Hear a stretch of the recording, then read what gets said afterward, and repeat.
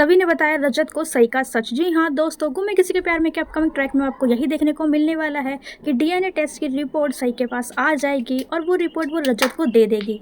जैसे ही उस रिपोर्ट को देखेगा उसे ये पता चल जाएगा कि सही किसी और की नहीं बल्कि उसकी अपनी बेटी है। रजत की आंखें नम हो जाएंगी उस डीएनए रिपोर्ट को पढ़ने के बाद। थैंक यू बोलने की कोशिश करेगा, लेकिन सभी को बहुत ज़्यादा गुस्सा होगा रजत के ऊपर। इसी वजह से वो उसे साफ साफ कह देगी कि मुझे आप जैसे इंसान का थैंक यू नहीं चाहिए, जिसे अपनी बेटी को एक्सेप्ट करने के लिए भी एक रिपोर्ट की ज़रूरत पड़ रही है।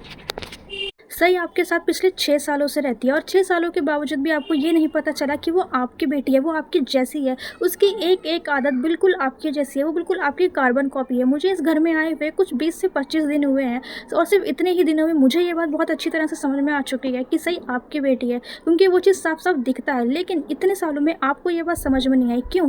क्योंकि आप एक काम के गुलाम इंसान हो। आपके लिए सिर्फ पैसा कमाना ही सबसे ज़्यादा इंपॉर्टेंट है। उसके अलावा आपके लिए कभी कुछ इंपॉर्टेंट रहा ही नहीं है। रजत का सिर्फ इतना ही नहीं, जब सविता सब कुछ कह रही होगी तो वहाँ पे वो कियान का जिक्र भी कर देगी कि मैं आप जैसे इंसान से और क्या ही उम्मीद कर सकती हूँ। जो अपने बेटे के लिए नहीं लड़ सका वो अपनी बेटी के लिए क्या ही स्टैंड लेगा।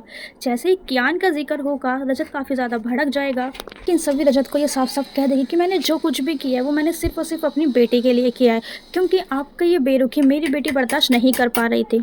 वो बहुत ज़्यादा दर्द में थी और मैं अपनी बेटी को इस तरीके से दर्द और तकलीफ में नहीं देख सकती, इसीलिए मैंने ये सब कुछ किया है। तो आप इस गलतफहमी में बिल्कुल भी मत रहिएगा कि मैंने कुछ भी आपके लिए किया है। और वहाँ से खिसिया के चली जाएगी।